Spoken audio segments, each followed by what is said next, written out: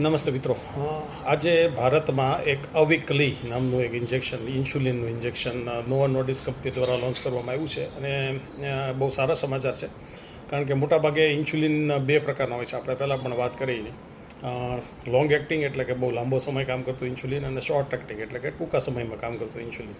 જે long acting insulin છે, લેન્ટસ, ડેટેમીર, ટ્રેસિબા, એ બધા ઇન્સ્યુલિન રોજ એકવાર લેવા પડતા હતા. અને જે શોર્ટ એક્ટિંગ, જેને આપણે બોલસ તરીકે લઈએ, એ 3 વાર લેવા પડે. દરેક ખાવાના પહેલાં, બ્રેકફાસ્ટ પહેલાં, લંચ પહેલાં, ડિનર પહેલાં, એવી રીતે 3 વાર લેવા પડે. અને લોંગ એક્ટિંગ જે ઇન્સ્યુલિન છે એ બેઝલ તરીકે એકવાર લેવું પડે.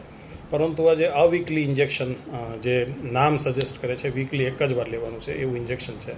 એટલે જે રોજ લેવાના ઇન્જેક્શન છે એની જગ્યાએ આ અઠવાડિયે એકવાર વ્યક્તિ ઇન્સ્યુલિન લઈ શકે. પણ ખાસ ધ્યાન આપજો કે આ ફક્ત લોંગ એક્ટિંગ છે. લાંબા સમય ઇન્સ્યુલિન જો રોજ એકવાર લેવાનું છે એની બદલે અઠવાડિયે એકવાર લેવાનું છે, એટલો જ ફેર છે. જે શોર્ટ એક્ટિંગ 3 વાર લેવાના છે બાળકોમાં, એ તો બાળકોએ લેવા જ પડશે. ટાઈપ 1 ડાયાબિટીસની આપણે વાત કરીએ છીએ. કેટલાક પેશન્ટ ટાઈપ 2 ડાયાબિટીસના, મોટી ઉંમરે થતા ડાયાબિટીસના, એ ફક્ત લોંગ એક્ટિંગ લેન્ટસ જેવા ઇન્સ્યુલિન પર રોજ લેતા હોય તો એ આ વીકલી અઠવાડિયે એકવાર લેવાના ઇન્જેક્શન પર શિફ્ટ થઈ શકે.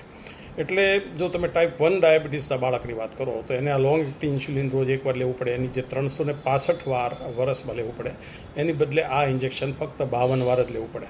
એટલે લગભગ 310 જેટલી એને સોય ઓછી ખાવી પડે. એટલા માટે આ ઇન્સ્યુલિન ઘણું સારું અત્યારે દેખાઈ રહ્યું છે. અને જો કિંમતની વાત કરીએ તો પર યુનિટ એની કિંમત 3.5 થી 4 રૂપિયા જેટલી થાય છે. એટલે એટલું બધું કોસ્ટલી પણ નથી.